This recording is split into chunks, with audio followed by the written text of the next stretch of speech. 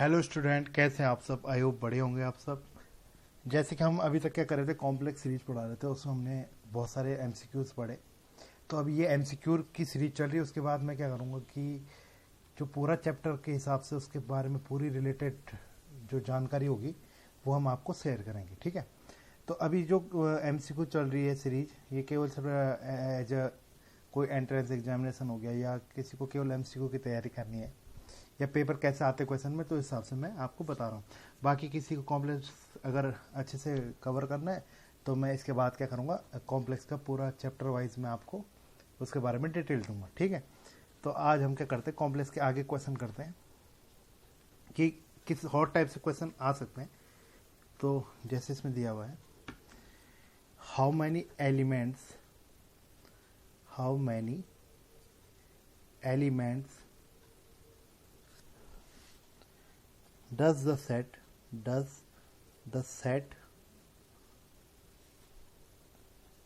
z belong to C, complex number है z to the power 60, z की power 60 equal to -1 and z to the power k does not equal to -1 for 0 to k to 60। इसका मतलब है ऐसे कितने complex number हैं या इस सेट में कितने कॉम्प्लेक्स नंबर हैं जिनकी पावर 60 ही जब करेंगे तभी -1 आएगा, मतलब उससे पहले नहीं आएगा। इसका मतलब ये कि उससे पहले नहीं आएगा, 60 करने पे आएगा। तो कहना क्या है, होता क्या है, जो nth रूट ऑफ यूनिटी होता है, ठीक है, तो जो nth रूट ऑफ यूनिटी होता है तो उसमें क्या होता है, वो एक साइक्लिक ग्रुप बनाता है। ये एज ए उसमें भी काम आता है, एलजेब्रा में भी क्वेश्चन, एलजेब्रा का क्वेश्चन भी एक टाइप से ही है और इसका टाइप भी कॉम्प्लेक्स में भी आता है। तो जो nth रूट ऑफ यूनिटी होता है वो एक साइक्लिक ग्रुप बनाता है, एन मतलब जैसे nth रूट होता है एन ऑर्डर का बनाता है, और उसमें क्या करेंगे, जब हम उसको जनरेटर निकालते हैं तो फाई एन होता है, ठीक है। तो इसमें भी वही काम करना है। फाई एन मतलब होता है यूलर फाई फंक्शन, कैसे निकालते हैं मैं आपको आगे बता दूंगा। तो z की पावर 60 इक्वल टू -1 है, तो एन रूट आप ये पता करना कि किसकी पावर वो n इक्वल टू 1 है। यहाँ पर तो 60 दे रखा है, तो z की पावर 60 का अगर मैं होल स्क्वायर करूंगा दोनों साइड तो क्या हो जाएगा, +-1 का स्क्वायर कर जाएगा +1, मतलब z की पावर 120 इक्वल टू +1 आ जाए। तो क्या करना है, जब ऐसा बना दोगे आप z की पावर n इक्वल टू 1, तो एग्जैक्टली उसमें जो जनरेटर होंगे, तो जनरेटर जो होता है क्या होता है, जो साइक्लिक ग्रुप को जनरेट करते हैं, तो एग्जैक्टली फाई एन होते हैं। तो वो जनरेट क्यों करते हैं, क्योंकि उनका ऑर्डर भी एन होता है। ऑर्डर एन मतलब उसकी पावर एन करने पे ही 1 मिलेगा, उससे पहले नहीं मिलेगा। तो जेड की पावर 120 पर ही जिनके लिए वैल्यू 1 मिले, उससे पहले ना मिले, तो वो होंगे हमारे पास। कैसे निकालते, फाई ऑफ 120। अब फाई मतलब फाई फंक्शन कैसे निकालते हैं 120 का, 120 का फाई फंक्शन का मतलब है 120 के हमारे पास 120 से छोटे कितने ऐसे नंबर है 1 और 120 के बीच जो 120 के रिस्पेक्ट में को प्राइम है। को प्राइम मतलब 120 और उसका ऐसे 1 होना चाहिए। कैसे निकलता है, 120 को पहले हम लिख लेंगे, क्या होता है 120 की जैसे अगर हम फैक्टर करेंगे तो आप इसको लिख सकते हो 30 को लिख दिया आपने 3, तो ये होगा 2 स्क्वायर होगा, तो 2 का क्यूब 3 × 5, ठीक है। तो इसको हमने प्राइम फैक्टर करने, ठीक है, तो हमने प्राइम फैक्टर कर लिया। तो कैसे निकलता है फाई ऑफ एन, जैसे फाई ऑफ 120 निकालना है तो 120 लिखना आपने, फिर 1 माइनस पहला प्राइम ये है, तो पावर उसकी, ठीक है। दूसरा प्राइम 3 है, फिर 5 है, तो कितना आ गया 120 इंटू 1/2 इंटू 4, ये है 1 माइनस 1/3 है, ठीक है। तो ये होगा 2/3, ये होगा 4/5, तो 5 to 15 to 30, ये हो जाएगा इंटू 4, ठीक है, ये हो जाएगा 2 है, तो 32 हो जाएगा। तो कितने ऐसे एलिमेंट होंगे 32। तो इसका इन्होंने ऑप्शन दिया था, ए ऑप्शन दिया था 24, बी दिया था 30, सी दिया था 32 और डी दिया था 45। तो कौन सा आंसर हो जाएगा इसका 32, ठीक है। तो इसका आंसर हो गया सी। फिर अगला क्वेश्चन है, ये ज़्यादातर CSIR नेट में पूछा जाता है या गेट में पूछा जाता है, ठीक है। अब अगला क्वेश्चन हमारे पास है, let f be a real valued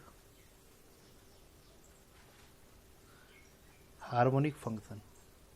harmonic function मतलब जिनके लिए del square F upon del x square plus del square F upon del Y square क्या आ जाए, जीरो आ जाए, उन्हें कहते हैं हार्मोनिक फंक्शन। तो डिफाइन करा है एक सेट, डिफाइन इक्वेशन करी हमने, फंक्शन डिफाइन करें यहाँ पर हमारे पास, डिफाइन द फंक्शन। पहला फंक्शन है g equal to del F upon del x minus iota del F upon del Y, और दूसरा h है del F upon del x plus iota del F upon del Y. तो इसके पहला option है यहाँ पर g and h are both holomorphic function. Holomorphic का मतलब एनालिटिक ही होता है, कभी एनालिटिक मतलब होलोमॉर्फिक आ रहा तो ऐसा मत सोचना कि क्या चीज़ है। होलोमॉर्फिक का मतलब क्या होता है, एनालिटिक फंक्शन ही होता है। तो G and H are both holomorphic function. अगला है B, G is holomorphic but H need not to be. C है H is holomorphic but G need not to be, और डी है बोथ आइडेंटिकली जीरो। तो हमारे पास क्या है, तो देखिए पहला क्या है हमारे पास ये गिवन है कि del square F upon del x square equal to हो जाएगा, उसको उधर लेके जाना तो del square F upon del Y square हो जाएगा with negative sign.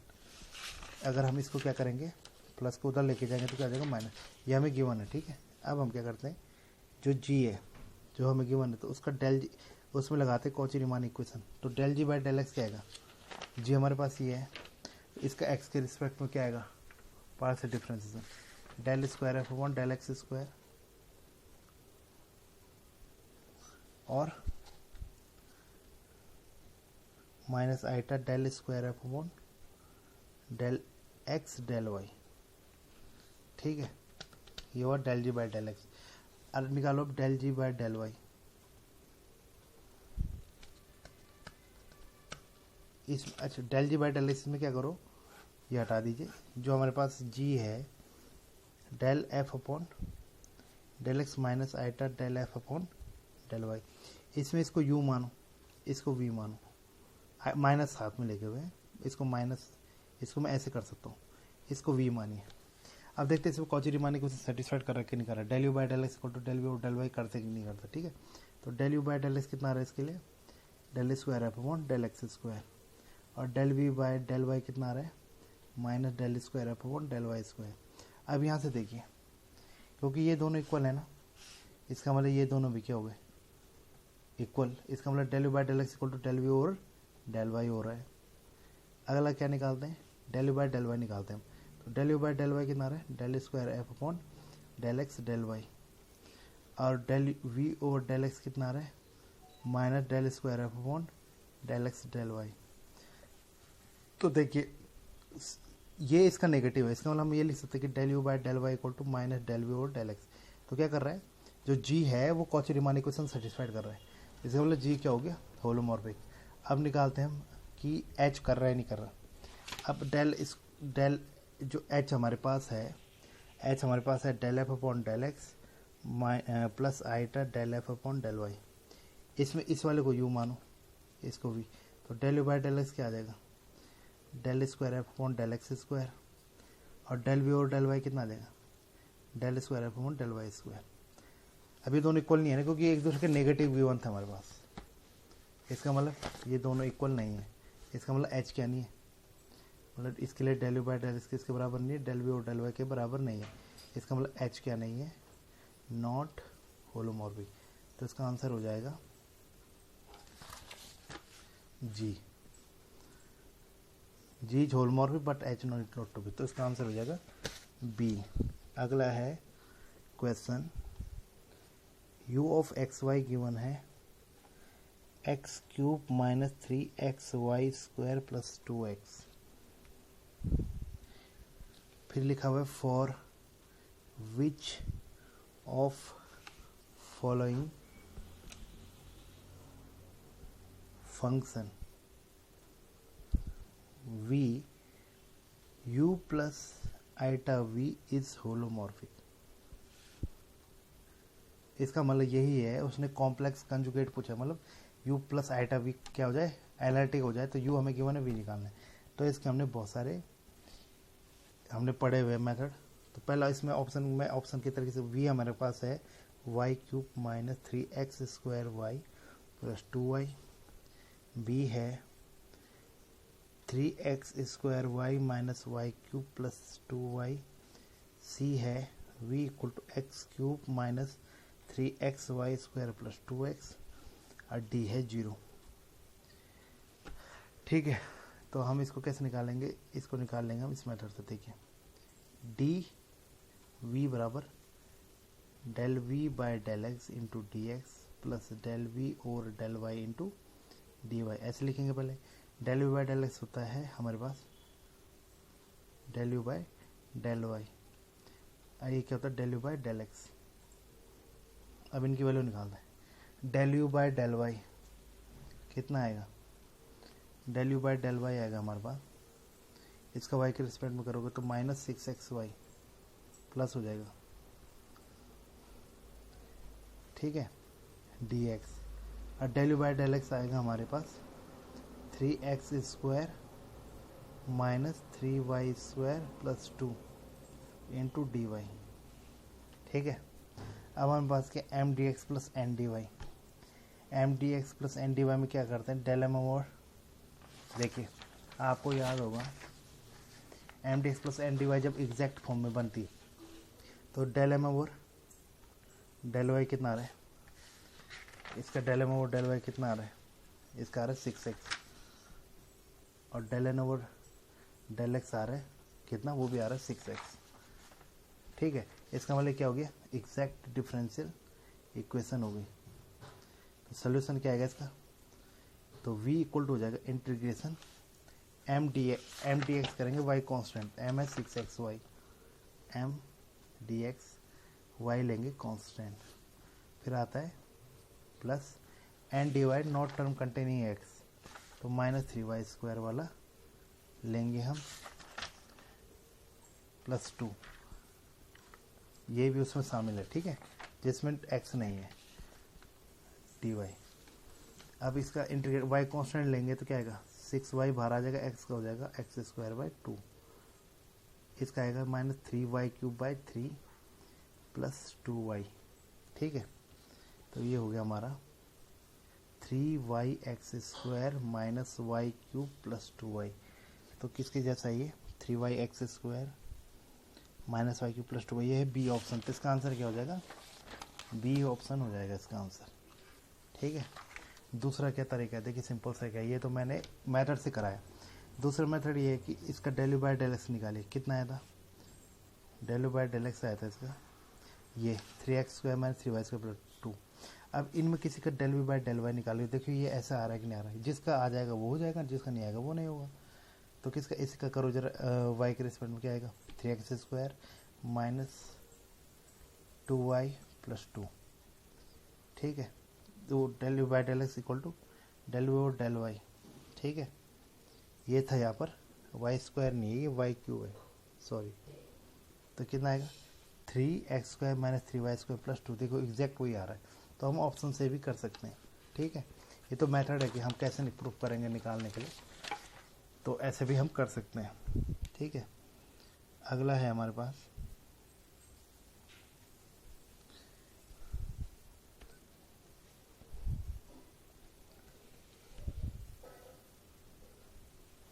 The number, question है द नंबर रूट 2 ई की पावर आइटा पाई इज, पहला है रेशनल, बी है ट्रांसीडेंटल, सी है इरेशनल, और डी है imaginary.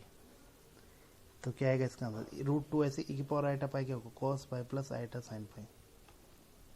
आईटा sine pi zero cos pi होता minus one two minus root two क्या हुआ, इरेशनल नंबर हुआ, तो इसका आंसर क्या हो जाएगा, सी। ठीक है, अगला है F of X Y equal to you plus iota V, analytic है, नहीं अभी एनालिटिक नहीं दिया, ये दिया is a function such that u equal to 3x square Y, then पहला ऑप्शन है f can not be holomorphic for any choice of v, मतलब v की किसी भी चॉइस के लिए क्या नहीं होगा, ये होलोमॉर्फिक नहीं होगा। b है f is holomorphic for suitable choice of v, c है f इज होलोमॉर्फिक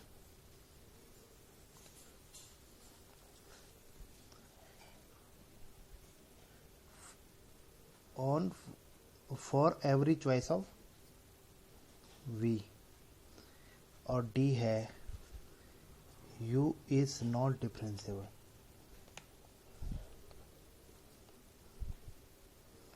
देखिए यहाँ पर जो u है वो है 3x स्क्वायर वाई। अब सिंपल से कैसे पता करेंगे कि ये f होलोमॉर्फिक होने, पहले जो भी क्या होता है, कोई भी फंक्शन एनालिटिक होता है या होलोमॉर्फिक होता है तो लाप्लास इक्वेशन सेटिस्फाइड करता है, उसका रियल इमेजिनरी पार्ट दोनों लाप्लास इक्वेशन सेटिस्फाइड करते हैं।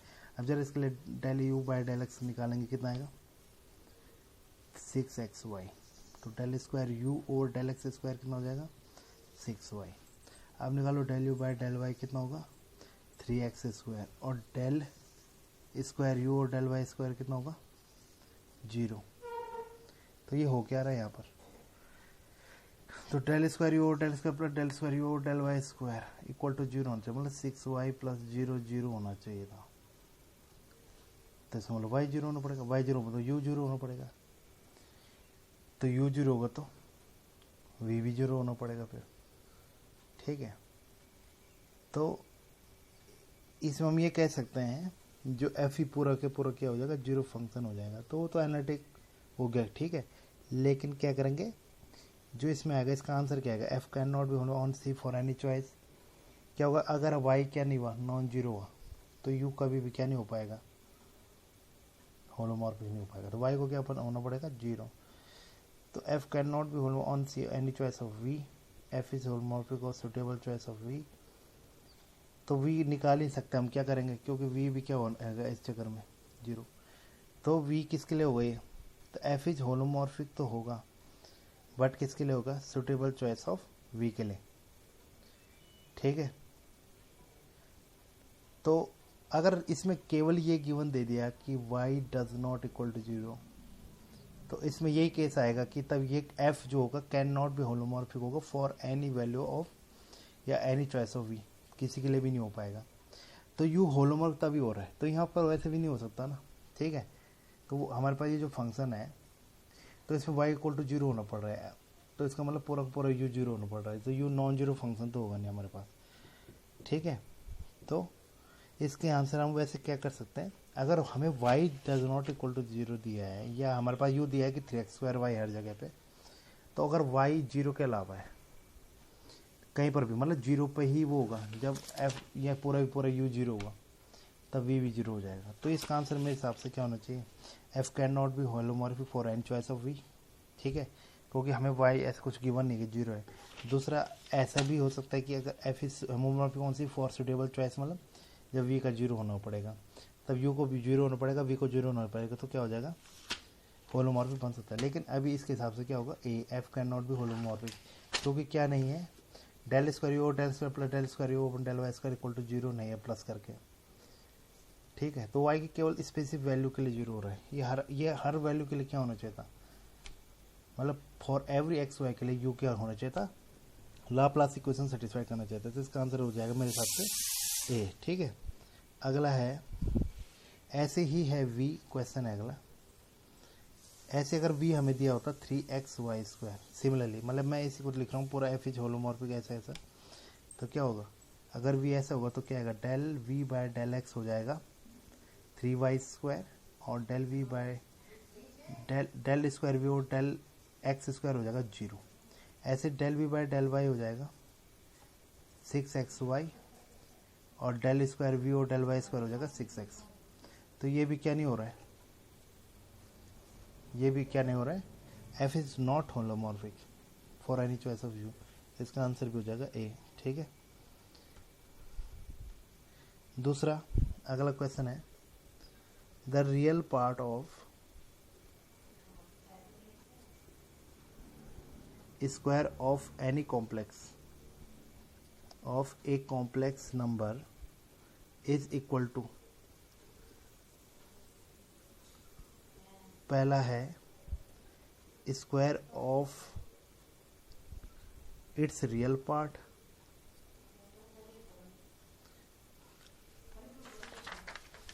बी ऑप्शन है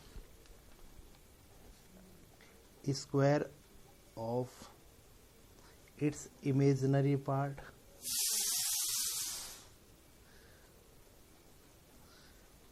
सी ऑप्शन है sum of square of real and imaginary part, और डी है difference of square of real and imaginary part. तो हमें पता है जैसे z होता है x प्लस आइटा y होता है, तो इसका स्क्वायर करोगे कितना आएगा, x प्लस आइटा y का स्क्वायर करोगे, इसको खोलोगे तो ये आएगा x² minus y² plus iota 2xy। तो इसका रियल पार्ट क्या आ रहा है, the difference of square of real and imaginary part, x होता है रियल और y होता है इमेजिनरी पार्ट। ठीक है। तो हमारे पास फिर अगला क्वेश्चन है, if f z equal to you plus iota v is analytic, तो a equal to u equal to x² minus y², b है 1/2 x² प्लस y², c है 1/2 x² माइनस y², और d है u equal to x² plus y²। अब simple सा method है, अगर u plus iota भी एनालिटिक होगा तो u क्या करेगा, लाप्लास इक्वेशन सेटिस्फाइड करेगा। तो इसमें चेक करिए डेल स्क्वायर यू और del x² plus del square you और डेल y² का सम किसका 0 आ रहा है। पहले के लिए कितना आ रहा है, डेल स्क्वायर यू और डेल x², तो x के रूप में आएगा पहले 2x, फिर 2x का होगा 2, फिर डेल स्क्वायर यू और डेल y² कितना आएगा, पहले आएगा -2y फिर -2 आएगा -2, इन दोनों को ऐड करो कितना आ रहा है, तो you x plus you y हो रहा है 0, इसका मतलब यू ये हो सकता है। बाकी भी चेक करिए, अब इसको चेक करिए होगा, ये नहीं होगा, इसके लिए कितना आएगा 1 प्लस 1 और 1 आएगा, 1 और 1 क्या होता है 2 होता है, तो इसके लिए भी नहीं हो पाएगा। इसके लिए चेक करो, ये भी हो जाएगा, क्यों, पहले इसके लिए क्या आएगा डेल स्क्वायर यू और डेल x², 1/2 फिर 2x, तो 2 से 2 x का हो जाएगा 1, ऐसे डेल स्क्वायर यू और डेल y² कितना हो जाएगा 1/2, ऐसे -2y, 2 से 2 कटा -y का -1, इनको ऐड करो कितना है 0, तो ये भी आंसर सही है। ये नहीं, ये दोनों क्या नहीं होंगे, यू नहीं हो सकते। तो ये ऐसे आंसर जिनके एक से ज़्यादा ऑप्शन है। ठीक है, ऐसे ही सेम क्वेश्चन है कि हमें यू कैसे पता करें। ठीक है, अगला है एफ जेड है e की power minus x cos y plus iota v x y. ठीक है,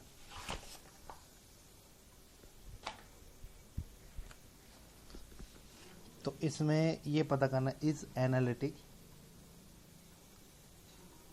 देन अब इसमें देखो u गिवन है खुद, अगर ऐसे लिखा होता u plus iota v analytic, तो v बताओ क्या क्या होगा, तो v की पॉसिबिलिटी होगी जो लाप्लास इक्वेशन सेटिस्फाइड करेगा उस पर पॉसिबिलिटी होगी, नहीं तो जो नहीं करेगा उसके लिए पॉसिबिलिटी नहीं है। तो ये पहला ऑप्शन है ए, बी है v equal to X Y, C है v इक्वल टू कॉन्स्टेंट, और डी है v इक्वल टू ई की पावर x साइन वाई। तो बताइए u है हमारे पास, ये गिवन है ई की power minus x cos y. इसको आप खुद भी कर सकते हैं, मैंने कल भी करा दिया, ऐसे मेथड से कराया था। अब यहाँ पर निकाल सकते हो आप, del you by del x कितना आएगा, माइनस ई की power minus x cos y. अब यहाँ से ये बताओ del we by del Y किसका ऐसा आएगा, यही आएगा, क्योंकि इसका del we by del y क्या आएगा, माइनस की पावर माइनस ऐसे रहेगा साइन वाई का कॉस वाई हुआ, तो सेम आ रहा। तो इसका आंसर क्या हो जाएगा, ये हो जाएगा, क्योंकि बाकी कोई सेटिस्फाइड नहीं कर रहा, क्योंकि इसका एक पावर एक्स कॉस वाई दोनों बराबर होने चाहिए ना, del by del x equal to del we del Y. तो आप ऑप्शन से कर सकते हो, तो इसका आंसर क्या हो जाएगा, ए हो जाएगा। ठीक है, अगला क्वेश्चन है, अगर एफ जेड दिया है u प्लस आई, अब वी की जगह क्या दिया है हमारे पास, X Y is analytic, then u पहला ऑप्शन है u बराबर X square minus Y square, B है 1/2 X square plus Y square, C है 1/2 X square minus Y square, और डी ऑप्शन है X square plus Y square. देखिए same वही है, बस चेंज है। जैसे हमने पहले वाले क्वेश्चन में क्या किया था, u प्लस आईटा वी दिया था कि इसमें u की पॉसिबिलिटी क्या है, लेकिन अगर ऐसा आएगा कि हमें u और v में कोई वैल्यू दे रखी है, तब हमारे पास एग्जैक्ट आंसर हो सकता है कि कौन सा होगा। तो इन दोनों में से होगा, क्योंकि ये हो नहीं सकता है। अब इसमें कैसे चेक करेंगे, इसमें ये पता करिए, देखो ये डेल वी है, तो डेल वी और डेल वाई कितना आ रहा है, एक्स। ठीक है, तो del we by del x x आना चाहिए, तो del we by del x x कब आएगा, इसके लिए आएगा, तो आंसर क्या हो जाएगा सी, क्योंकि इसका आएगा 2x। ठीक है, अच्छा अभी ये भी हो सकता है, इसका आंसर ये इन दोनों में हो सकता है, लेकिन ये लाप्लास इक्वेशन वैसे भी सेटिस्फाई नहीं करो, तो ये हो जाएगा। दूसरा भी चेक कर सकते हैं, इसका निकालिए, del by del x del we del Y होता है, दूसरा क्या होता है del we by del Y equal to minus del we del X. इसका minus del we del x कितना आएगा, माइनस वाई, तो डेल वी और डेल वाई किसका आ जाएगा, माइनस वाई, इसका आएगा। तो क्या हो जाएगा इसका आंसर, सी हो जाएगा इसका आंसर। ठीक है, तो ये अच्छा क्वेश्चन था यहाँ पर। ठीक है, हमारे पास दूसरा है यहाँ पर,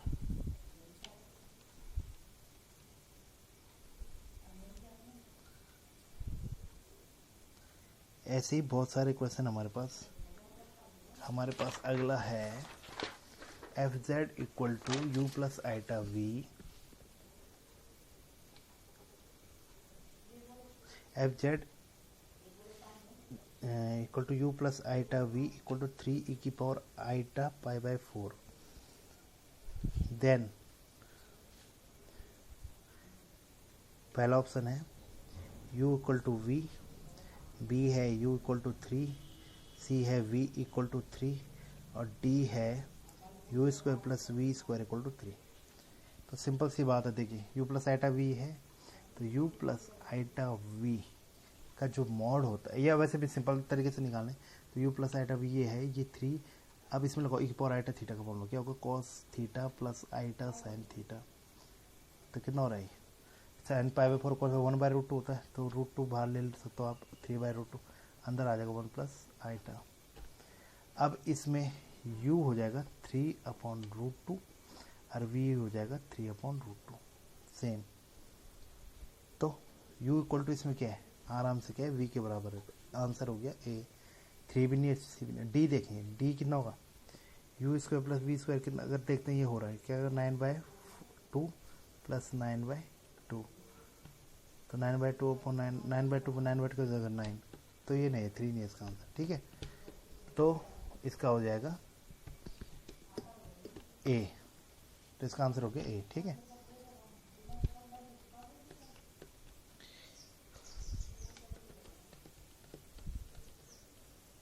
अगला है यहाँ पर, ऐसे क्वेश्चन है, u गिवन है X cube minus 3xy square, then v क्या होगा 0, सेकंड है 3x square Y minus Y cube, u plus iota v क्या होना चाहिए, एनालिटिक, तो किसके लिए पूछ रहा है, ठीक है, किस v के लिए, c है v equal to Y cube minus 3x square Y, और d है v equal to U. Simple सी बात है, देखिए del you by del X है हमारे पास, तो del you by del x कितना आ रहा है इसका answer, 3x square minus 3y square. ठीक है, और del you by del Y कितना आ रहा है, del you by del Y आ रहा है माइनस 6xy। अब आपने क्या करना है, इनमें से ऑप्शन चूज करना है, v 0 होगा नहीं, तो del you by del x equal to del you del y होना चाहिए, तो ये होगा नहीं। दूसरा ये करिए, डेल वी और डेल वाई कितना आ रहा है 3x² माइनस 3y², और तो कोई सेटिस्फाई नहीं कर रहा। डेल वी और डेल वाई 3y², ये उसका नेगेटिव हो रहा है, और ये भी नहीं हो रहा, तो इसका आंसर क्या हो जाएगा बी। आप ऐसे चूज कर सकते हैं, जल्दी करना है अगर, बाकी आपको मेथड मैंने बता रखे हैं, ठीक है। तो आज के लिए मेरे हिसाब से काफ़ी हो गया। आगे हम इसी टाइप के हम क्या करेंगे, आगे बढ़ के कोई और क्वेश्चन भी करेंगे, टेलर और मैक्लॉरिन सीरीज हो गई, ठीक है, उनको करेंगे हम, और उसी के साथ साथ हम रेडियस ऑफ कन्वर्जेंस के क्वेश्चन करेंगे, और इंटीग्रेशन के, कॉम्प्लेक्स इंटीग्रेशन के जो कॉची इंटीग्रल फॉर्मूला, वहाँ से बहुत सारे क्वेश्चन आते हैं, उसके हम बहुत सारे क्वेश्चन करेंगे। तो आज के लिए काफ़ी हो गया, ठीक है। Thank you so much.